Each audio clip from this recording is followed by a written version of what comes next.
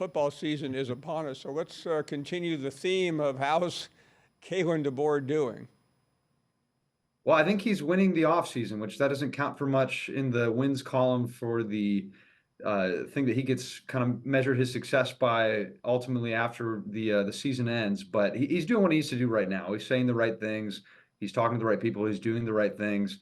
But it's all going to come down to, can he win on the field in the fall? We'll see. There's no reason to believe that he can't because he's won everywhere he's been.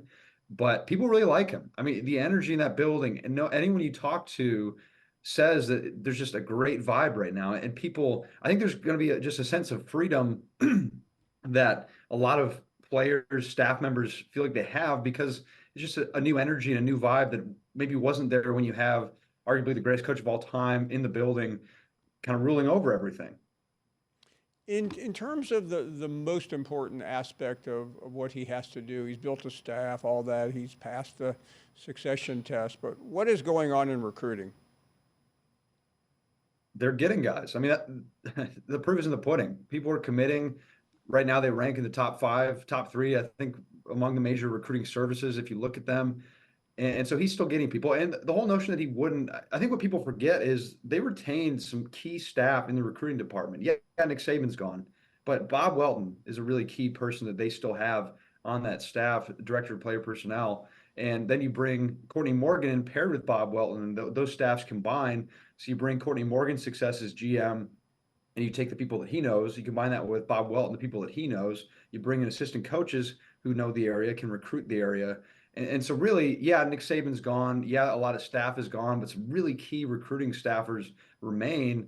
And that, I think, is why it's been able to continue like this. And so we'll see what it'll be like long term. But I think people forget that there are some key people who remain at the Malmore building. How do you answer the question that in spite of really good recruiting and what we've already discussed, there was a lot of talent that left in the transition. There was not much anybody could do about it. It happened so quickly.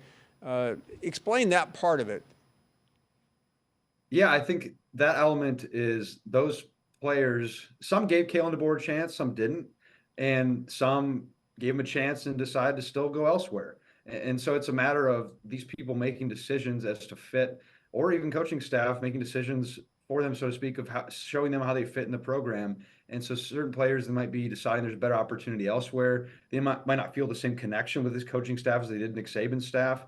And so there's not a one size fits all kind of reason for why that many players departed. But I think with Kalen DeBoer, his system is a certain way, and Nick Saban's was a different way, and how they want to run things. And some players that interested them, they want to give that a shot. Some of them are Alabama kind of lifers, if you will. So, but some aren't. Some want to look for the best opportunity. For Caleb Downs, he saw Ohio State as that best opportunity for him.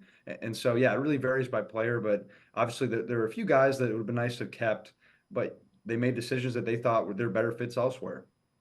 Nick, we had something on the screen a minute ago about, I think the Vegas number is 9. The percentages for Alabama to win the SEC and the national championship are 14.4 for the SEC. It's under 10% for the national championship.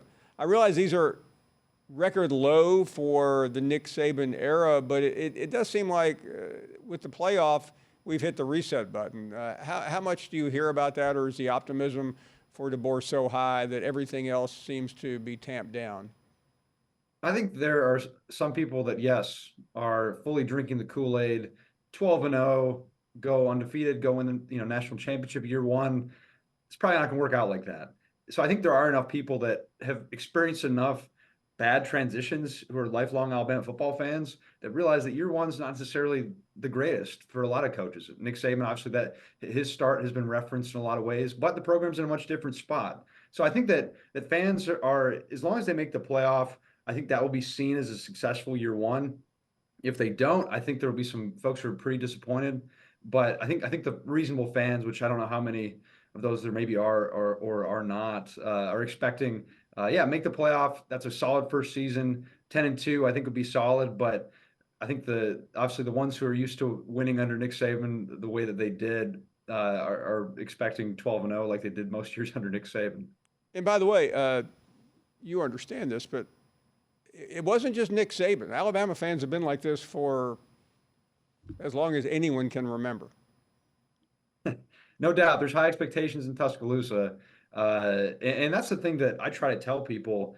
Even if Nick Saban was still here, this is such a challenging time in college football.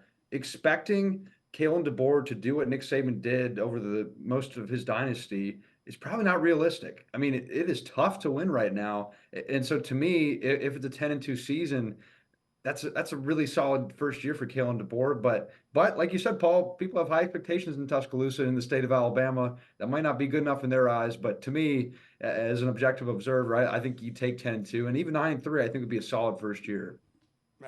I'm going to just the fact not accept that I heard somebody covering Alabama for the Tuscaloosa say 9-3 would be acceptable. I refuse to admit that. Nick, as you look at, we've looked at the schedule, we've talked about it ad nauseum.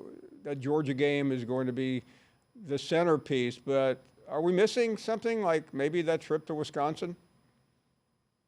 I mean, that'll be tough. I think the Oklahoma trip is going to be a tough one too. But I think Wisconsin, if Alabama's not careful, they could easily overlook that and look ahead to Georgia. And that's an early season road trip.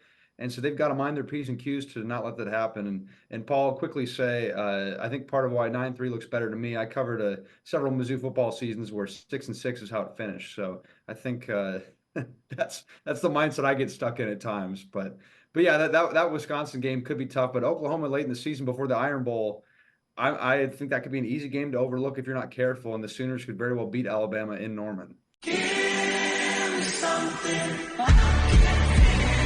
Light a cigarette.